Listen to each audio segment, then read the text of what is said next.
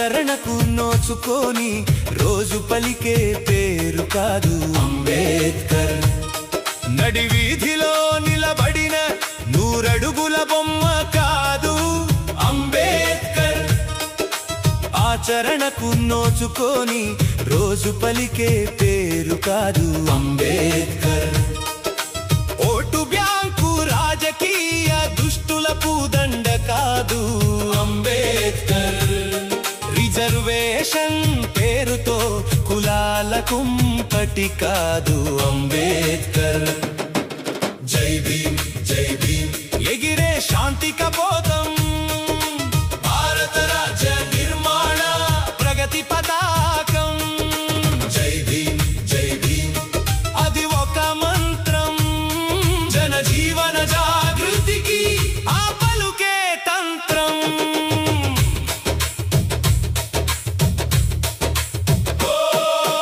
అణిగి మణిగి ఉన్నోడి అంతరాత్మాతను, అజ్ఞానం అనే చీకటిలో చిరుదీపమ్మతను.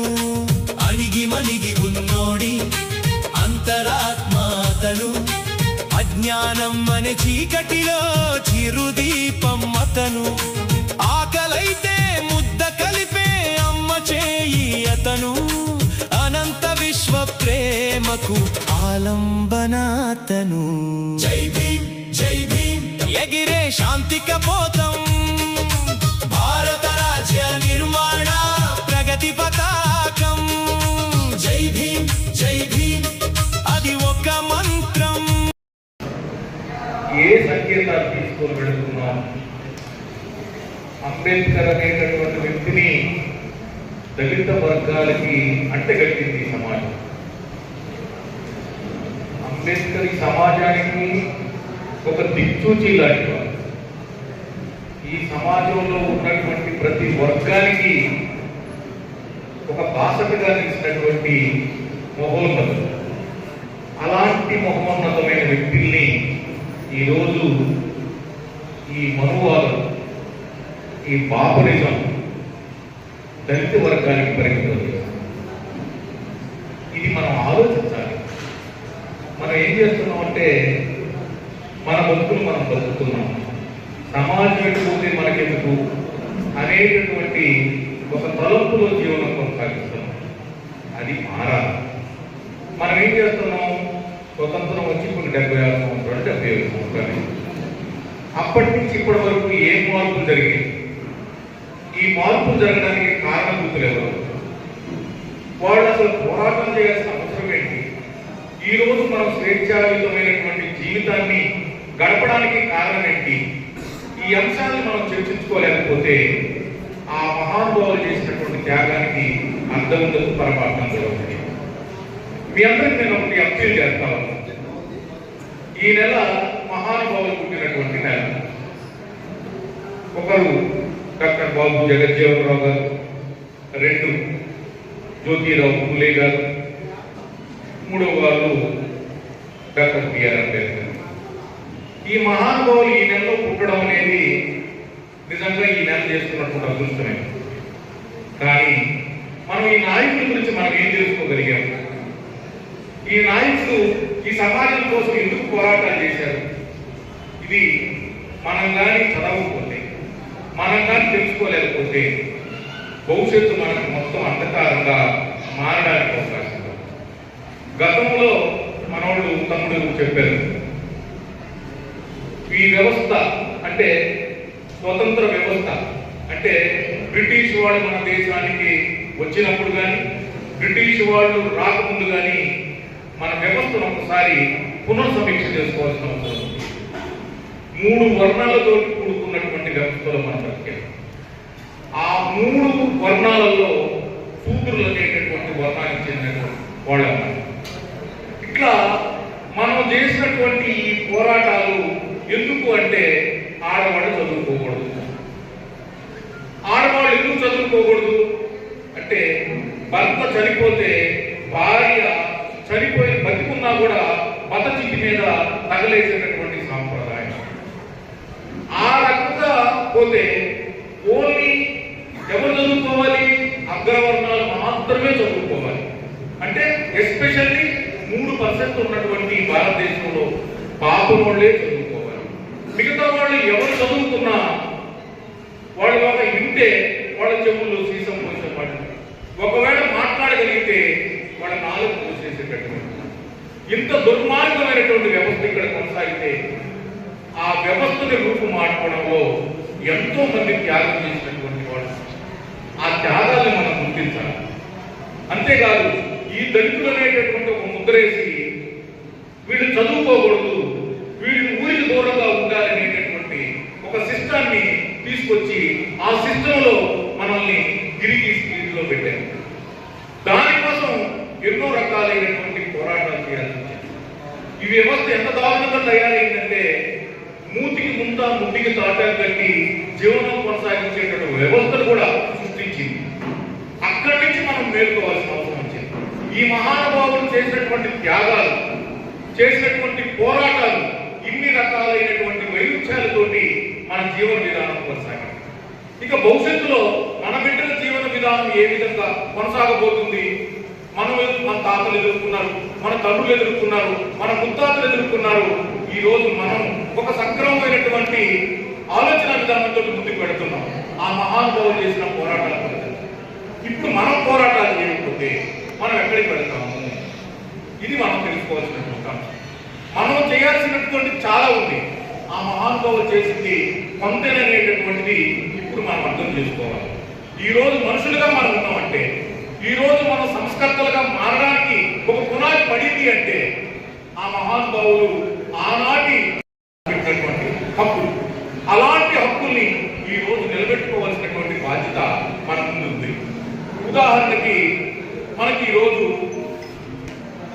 మనకి భారతదేశం కానీ ప్రపంచాన్ని కానీ ఒక్కసారి కానీ మనం తీసుకుంటే ప్రపంచ దేశాలలో ఒకటే మతం ఉంటే కులాలు లేవు. అటు ఉంటే ముస్లిమ్స్ దేశం లేదా క్రిస్టియన్స్ దేశాలే. భారతదేశం దురదృష్టం ఏంటంటే కులాలతో కూడుకున్నటువంటి, మతాలతో ముడిపడినటువంటి వ్యవస్థ.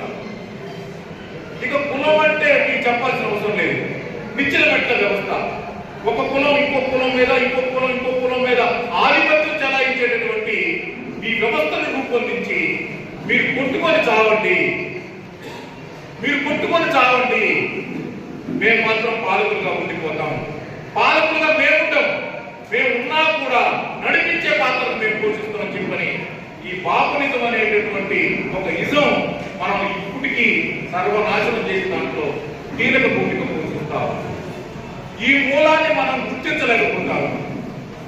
ఈరోజు రిజర్వేషన్లు అనేటటువంటి అంశాన్ని తీసుకొచ్చినప్పుడు, పార్లమెంట్ లో ప్రవేశపెట్టేటప్పుడు, రాజ్యాంగాన్ని అమలు చేసేటప్పుడు కనీసం అగ్రకులాల వాళ్ళు రిజర్వేషన్ అనే ప్రస్తావన కూడా కాకుండా ఎన్నో రకాలైనటువంటి ఒత్తిళ్లు చేయడం కూడా జరిగింది. ఆ రోజు అంబేద్కర్ గారు, ఆ రోజు డాక్టర్ బాబు జగజ్జీవన్ రావు గారు ఇద్దరు యొక్క సమన్వయంతో ఆ రాజ్యాంగంలో 15% ఎస్సీలకు రిజర్వేషన్లు అనే అంశాన్ని పొందుపరచడం జరిగింది. 7% ఎస్టీలకు రిజర్వేషన్లు పొందుపరచడం జరిగింది. అలానే బీసీలకు 27% రిజర్వేషన్లని ఆ రాజ్యాంగంలో పొందుపరచడం. కాబట్టి ఈ రోజు ఎస్సీ, ఎస్టీ, బీసీ మైనారిటీ వర్గాలు తమకు శక్తివంతత లేకుండా తమకు సాధ్యమైనంత వరకు ఈ రిజర్వేషన్ ఫలాలను అనుకుంటా ఉన్నారు. దానికి ఈ రిజర్వేషన్లో కూడా మతాలు అనేటటువంటి ఒక మంచి ఆలోచనతోటి ఈ కులాలకి ఈ మతాలను గురిపెట్టడం కూడా జరిగింది. అంటే ఈ దేశంలో ఉన్నటువంటి మతాలు ఏ దేశంలో లేవు.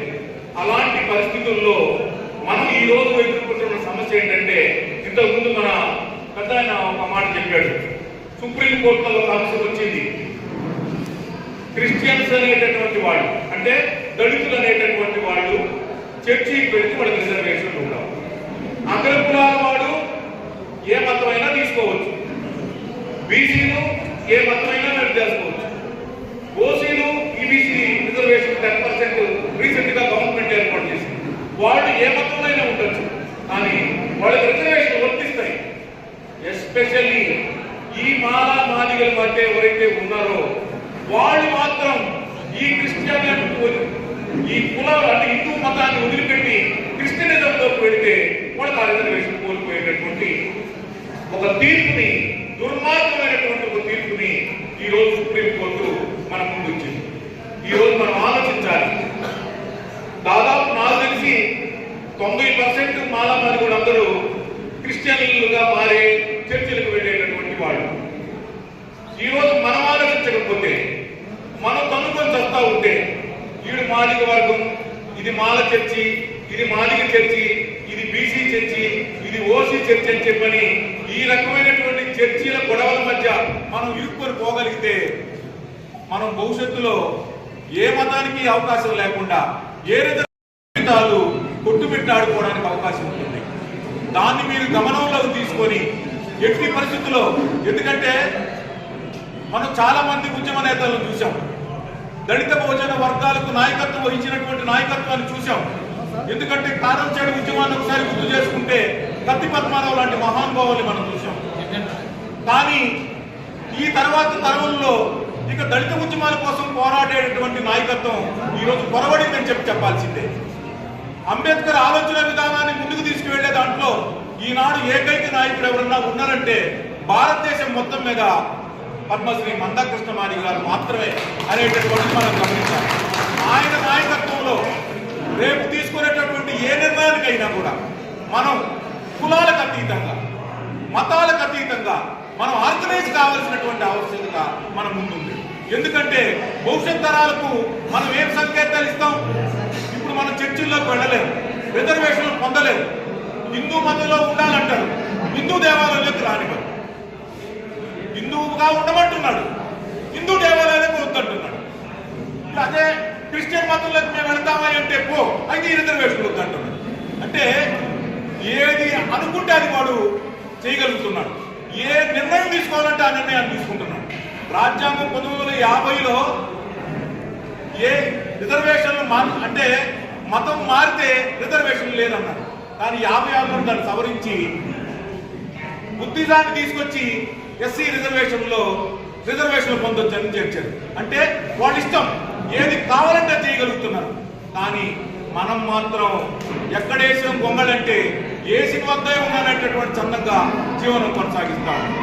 మనం పండుకొని నిద్రపోతా ఉన్నాం, పండుకొని ఉన్నటువంటి వాడి కోసిని మేలుకున్నవాడు తీసి పెట్టుకున్నాడు చందంగా. ఈ రోజు పరిస్థితి ఏమైందంటే మనం నిద్రావస్థలో మునిగి తేలుతా ఉన్నాం. మన హక్కుల్ని, మనకు రావాల్సిన రైట్ మన మీద శాసనకర్తలుగా ఉంటున్నారు. ఎస్పెషల్లీ 3% ఉన్నటువంటి ఈ బాపునిజం ఈ భారతదేశాన్ని మొత్తాన్ని శాసిస్తా ఉంది. దీన్ని మనం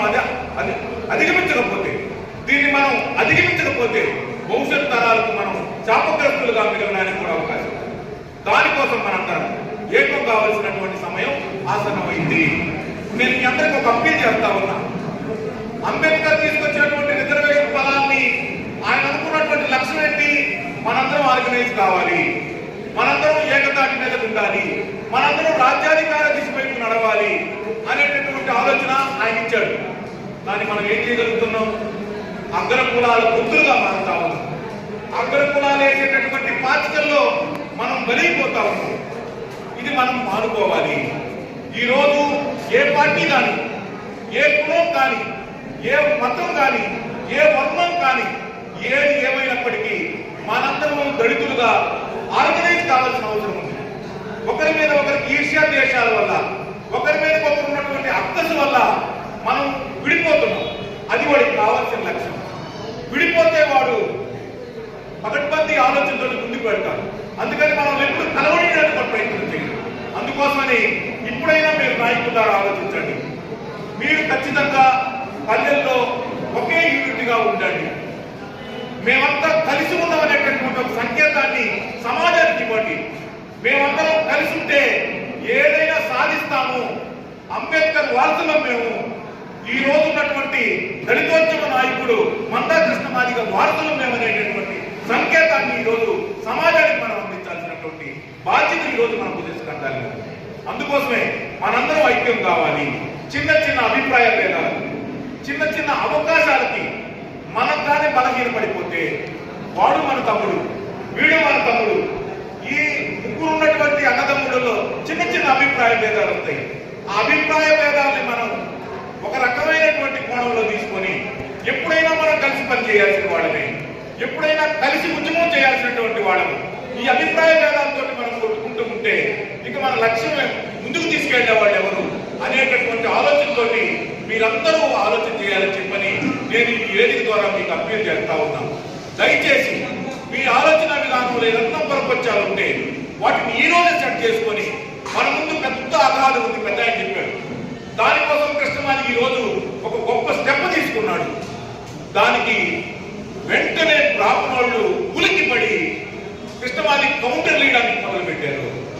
చక్కటి కౌంటర్లు బాపనోళ్ళకు కూడా కృష్ణమాదిగా ఇస్తా ఉన్నాడు. నేనేమంటున్నానంటే పులికెందుకు బాపనోళ్ళకి పులికెందుకు జరుగుతున్నటువంటిది వాస్తవమే కదా.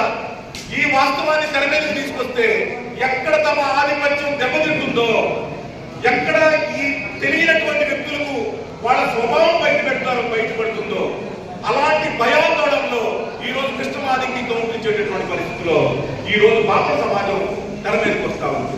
కాబట్టి నేనైతే 100కి 100% బాపనిజాన్ని నేనైతే విశ్వసించను. ఎందుకంటే అన్ని వర్గాలు నాశనం అవ్వడానికి, అన్ని వర్గాలు భూస్థాపితం చేసి పార్లమెంట్గా బతకడానికి ఒక గొప్ప సిద్ధాంతాన్ని, దాన్ని మనువాదం అనేటటువంటి ఒక అంశాన్ని రూపొందించి ఈ సమాజానికి తీసుకెళ్లినటువంటి ఏకైక కులం ఏదన్నా ఉందంటే బాపన కులం. కాబట్టి దాంట్లో మహానుభావులు ఉండొచ్చు, దాంట్లో మేధావులు ఉండొచ్చు, కానీ వాళ్ళని మనం ఆహ్వానిద్దాం, వాళ్ళని గౌరవిద్దాం, వాళ్ళకి చేసినటువంటి త్యాగాలకి మనం ప్రతిఫలాన్ని కూడా వాళ్ళకి అందించడానికి ప్రయత్నించాం. కానీ ఈ వ్యవస్థను అడ్డు పెట్టుకొని అన్ని వర్గాల్ని నీచమైనటువంటి స్థాయిలో తీసుకెళ్లడంలో కీలక భూమిక పోషించినటువంటి ఈ మను వ్యవస్థని కూపట వేళతో కానీ ఈ రోజు మనం పెంకించలేకపోతే, భవిష్యత్ తరాలకు అంధకారం తప్ప మరొక ఉండదనేటటువంటి విషయాన్ని మీకు తెలియజేసుకుంటూ ఈ రోజు అద్భుతమైనటువంటి నాయకులు వచ్చారు, అద్భుతమైనటువంటి యువత వచ్చింది, అద్భుతమైనటువంటి కళాఖండాలు వచ్చింది. ఈ రోజు రాష్ట్రం మొత్తం మీద ఈ యువత తెర మీదకి రాగలిగితే, రాష్ట్రం మొత్తం మీద, దేశం మొత్తం మీద ఈ యువత తెర మీదకి రాగలిగితే ఎవడయ్యా మనం అడ్డుకునేవాడు, ఎవడంటే మనం అడ్డుకునేవాడు. ఈ యువతకి మనం ప్రోత్సాహం అందిద్దాం, ఈ యువతకు తెలియనటువంటి విషయాన్ని తెలియజేద్దాం. ఈ సమాజంలో మనం ఎదుర్కోబోయేటటువంటి సమస్యలు ఏవైతే ఉన్నాయో వాళ్ళకి విశదీకరించేద్దాం. అందుకే వేదిక మీద కూర్చున్నవాడు గ్రామాలకు వెళ్ళారు.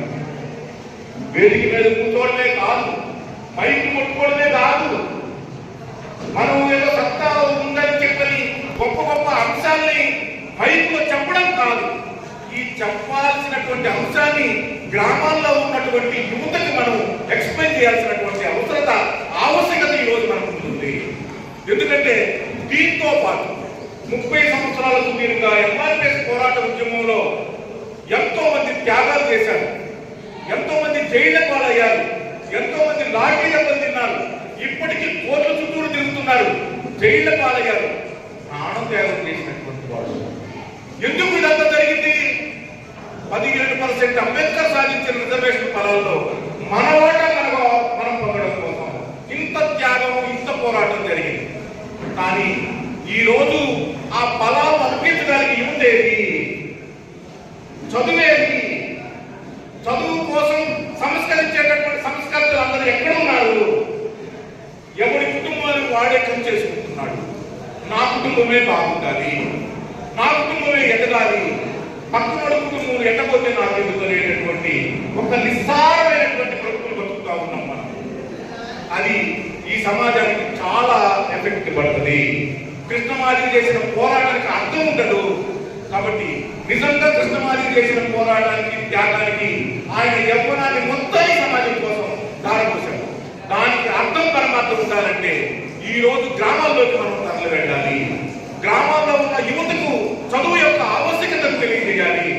వర్గీకరణ కోసం మనం ఎందుకు పోరాటం చేయాల్సి వచ్చిందో తెలియజేయాలి.